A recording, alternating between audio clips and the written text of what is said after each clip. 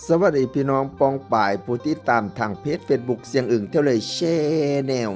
มื้อนี้เบิ่งบรรยากาศปากสมยามมื้อเช้าหิมแม่น้ำคลองพี่น้อง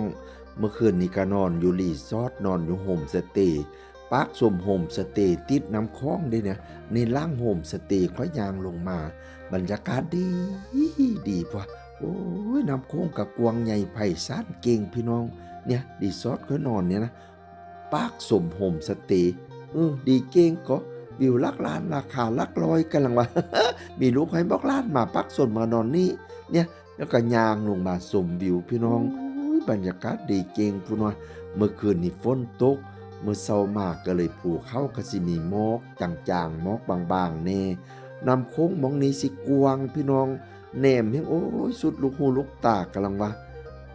อันนี้กาเนี่ยเหียนคล้ายๆกับเป็นจังได้ล่ะกันว่าเหียนก็บ่แม่นเหียนเนาะเป็นเรียนแพติเป็นแพติแพอยู่แม่น้ำโขงพี่น้องมีเรือหาป่าเพิ่นพร้อมคือจังมีมุ้งมีเสียมองนอนนี่ก็มีระเบียงมองพักทางหน้าอุ้ยเฮ็ดดีเก่งนี่นะเนี่ยอีบองนี้ก็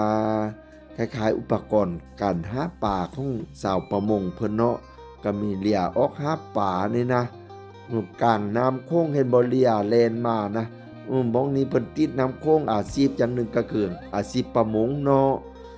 โอ้ยงามเก่งเด้อวิวนะคนย่างออกกำลังกายยามมื้อเช้ายามมื้อแลงได้นี่นะเขาเอิ้นว่าอีหยังนี่นะ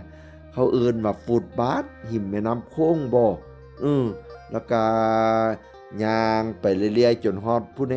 วจนฮอดหลังตลาดว่ะอันนี้เป็นเรือนนารีรัตน์เป็นเรือนรับรองสำหรับผู้หลักผู้ใหญ่แขกบ้านแขกเมียงมาเพราะว่ามันจะบริเวณนี้จะเป็นศาลาประชาคมเป็น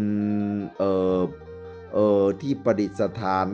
ปู่พญาอนันตรนาคานิบดีบัดนี้เจ้าในโตกสิมาเนี่ยเป็นเฮียนรับรองพี่น้องไปขึ้นไปชมวิวนี่งามก็แล้วก็บางเที่ยก็มีน้ำชากาแฟบริการอยู่นี่นะก็เคยขึ้นไปอยู่พี่น้องมองข้างล่างก็โอ้ยชมวิวอย่างงามจังน้ำโขงนะกว้างสุดลูกหูลูกตาบัดนี้ภูเข้ากับหน่วยบักใหญ่บักเตโอ้ยทางฝั่งลาวกับภูเข้าหน่วยใหญ่ทางฝั่งไทยกับภูเข้าหน่วยใหญ่งามเก่งพี่น้อง สุดยอดก็อย่างว่ามีลูกให้บอกล้านพากันมาเหี่ยวรถปักสมนะย่างไปย่างมาว่าแม่นหอมย่างว่านี่หอมอีหยังเนาะหอมดอกหยังเนาะบ่ได้แม่นดอกจำปีพี่น้องอยู่หิมเหียนนารีรัตน์นี่นะถัดจากนั้นก็เป็นศาลาจตุรมุขมองนี้สิมีบริการประพันธ์มาผ่านใบายซี่หรืออะไรทำไมที่เพิ่นเฮ็ดไปกับไว้ปู่พญานาคาอนันตรนาคาธิบดีนั่นล่ะพี่น้องเป็นขั้นบักบอกบักเบมทั้งนี้นะผู้เพิ่นบ่ได้เตรียมมาว่าถ้าผู้เพิ่นเตรียมมาก็เชิญขึ้นไปหาปู่นาคาอนันตรนาคาธิบดีได้เลยนี่นะหันน้ำมาทางแม่น้ำคลองกว่าปู่พญานาคนะพี่ตอนเพิ่นจัดงานลำบวงสรวงนี่โอ้ยนางฟ้อนนางลำเต็มเดินเนี่ยพี่น้องผู้เพิ่นเพิ่มพีบอนช่วงก็ขึ้นไปข้างถึงผู้แนวบัดนี้ถ่ายรูปลงงามเก่งเพราะมันติดแม่น้ำคลองเด้นะโอ้ยบรรยากาศนี่สุดยอดวิวลักล้านราคาลักร้อยก็อย่างว่าแล้วบักสมเนี่ย ยังกระได้พี่น้องพูดนะโอ้ยกวางใหญ่ไผ่ซ่านพี่น้องคลิปหน้าสิพาไปเบิ่งในเมียงปักสมเด้อคลิปนี้สำนี้ละสวัสดีครับสวัสดีครับ